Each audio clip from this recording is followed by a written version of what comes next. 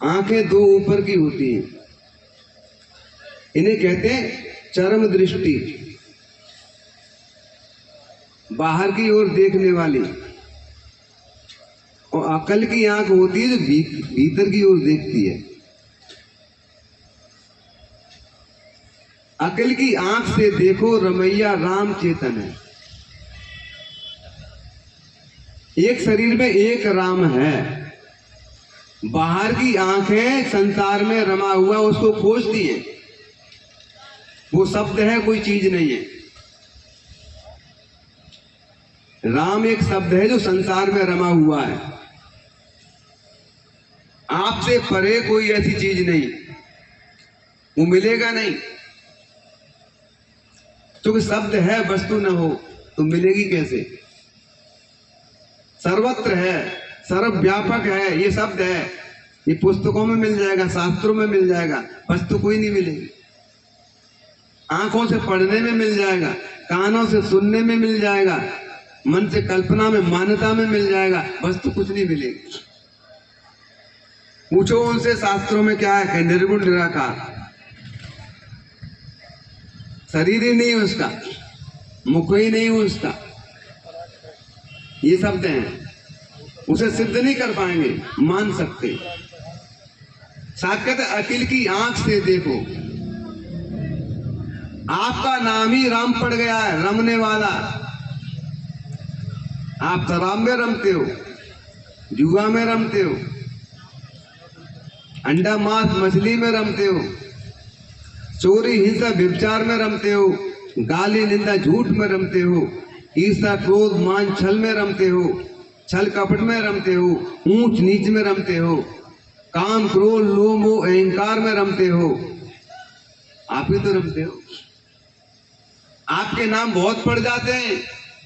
काम में रमते हो तो कामी, क्रोध में रमते हो क्रोधी, लोभ में रमने से लोभी, मोह में रमने से मोही, अहंकार में रमने से अहंकारी, जुआ में रमने से जुआड़ी। आपके बहुत नाम पड़ जाते हैं। ये अकल की आंख से पता चलेगा। अकल की आंख से देखो रमैया राम चेतन है। आप चैतन्य हो पर जानते नहीं हो। आप रमे हुए हो अनादि काल के जगत में, आप जन्म मरण में रमे हुए हो, खोज में रमे हुए हो, है उसमें रमे हुए हो, जो नहीं है उसमें रमे हुए हो।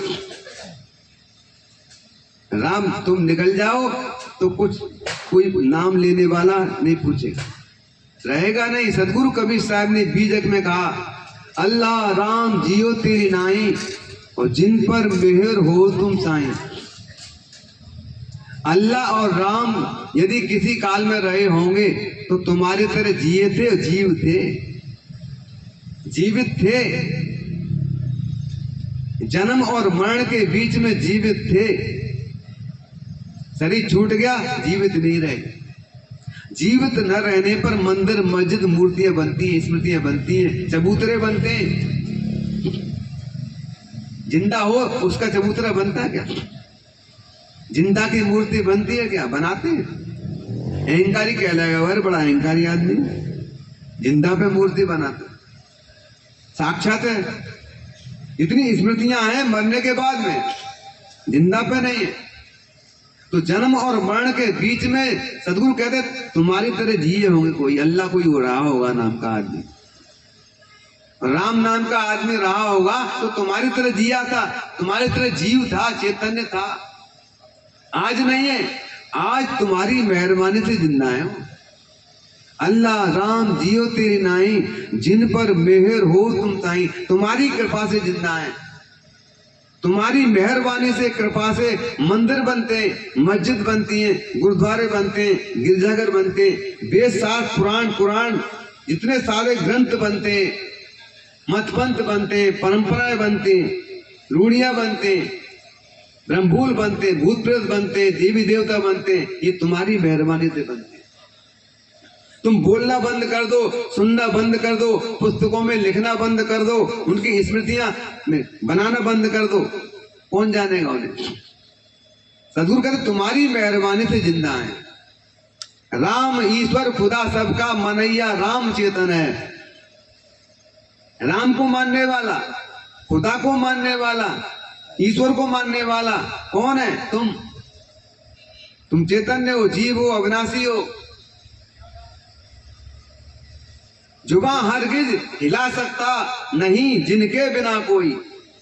इन चेतन जीवों के बिना कोई जुबान हिला नहीं सकता। लोग कहते हैं परमात्मा के बिना जिब्या नहीं हिलती है। मैं कहता हूं जिब्या हिलने से परमात्मा का नाम उत्पन्न होता है, और जिब्या हिलती चेतन की सत्ता से। चेतन जीव निकल जाए तो जुबान हिलेगी नहीं और परमात्मा का नाम निकलेगा नहीं। जुबान हरगिज हिला सकता नहीं जिनके बिना कोई। शरीर से निकल जाए तो कौन हिलाएगा जुबान? न कोई देवता हिला सकता है। इससे शरीर से चेतन निकल जाए, चेतना निकल जाए, कौन हिलाएगा जुबान? कौन कहेगा अल्लाह? कौन कहेगा परमात्मा? कौन कहेगा भगवान? जुबान हरगिज हिला सकता नहीं जिनके बिना कोई। वही शब्द सदा बानी बनैया राम चेतन है। वह शब्दों को बोलता है, शब्दों को बनाता है, लिखता है, मानता है, मनवाता है। अच्छा बुरा सब कुछ ये मनुष्य को मनवाता है। मनुष्य मनुष्य के ऊपर है, मनुष्य मनुष्य के नीचे है। न मनुष्य के कोई ऊपर है, न मनुष्य के कोई नीचे है। ऑफिस में चले जाओ, मनुष्य मनुष्य के ऊपर है, सीनियर है। मनुष्य मनुष्य के नीचे जूनियर है। मनुष्य मनुष्य के नीचे है, मनुष्य मनुष्य के ऊपर है। न मनुष्य के ऊपर कुछ है, न मनुष्य के नीचे कुछ है। मनुष्यों में सब कुछ है। एक बड़ा भाई है, एक छोटा भाई है। मनुष्य तो छोटा बड़ा है। साहब कहते हैं वही शब्द सदा बानी बनैया राम चेतन है। ये चेतन जीव अविनाशी शरीर में रहने वाला मैं के रूप में है। दूसरी पंक्ति कहती है जानते जानते गिनते ही गिनते आपको भूला। जड़ को जाना, मिट्टी पानी आग हवा चंद्रमा सूर्य तारे सबको जाना, प्रकृति को जाना, गुण धर्मों को जाना। जानते जानते गिनते ही गिनते आपको भूला। गिनतियों को गिनता है, 1 से 21 से शुरू करता है, 9 तक जीरो लगा करके कितना बना देता है। इकाई दहाई सैकड़ा हजार लाख करोड़ 10 करोड़ अरब 10 अरब अपने को भूलता है। जानते जानते गिनते ही गिनते आपको भूला। न जाना गिनतियों को ही गिनैया राम चेतन है। गिनने वाला कौन है? गिनतियों को। गिनतियों की उत्पत्ति करने वाला कौन है? शून्य को रचने वाला कौन है? शून्य को जानने वाला कौन है? मनुष्य। तो चाहे वैज्ञानिक नाम रख लो उसका, चाहे ज्ञानी नाम रख लो, चाहे संत नाम रख लो, है तो मनुष्य ही, 5 तत्व का पुत्रा।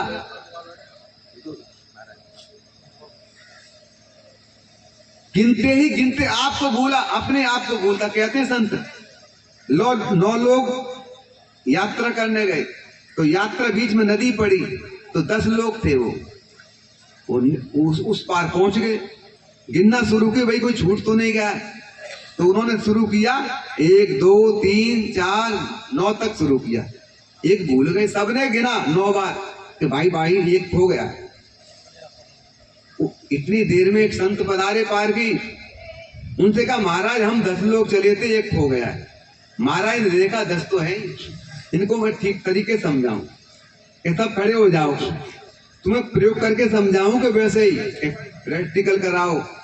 हम परेशान है 1 घंटे से। एक आदमी को बुलाया, 1 लपड़ मारा, गिनो 1, दूसरे को मारा 2, तीसरे को मारा 3, ऐसे 9 और 10 मिल गया। गुरु महाराज आपने कृपा कर दी, मिल गए 10 हैं। कि 10 तो पहले भी थे, तुम गिनने अपने को भूले थे ना। अपने शुरुआत करते नहीं है। जानते जानते गिनते ही गिनते आपको भूला। न जाना गिनतियों को ही गिनैया राम चेतन है। आप चैतन्य हो। जी मर्म जाने नहीं अंध भया सब जाए। बादी द्वारे दादन पावे जन्म जन्म पछता। जाको सदगुरु ना मिला व्याकुल दौदिस धाय। आंखें न सूझे बावरा घर घर घूर बुता।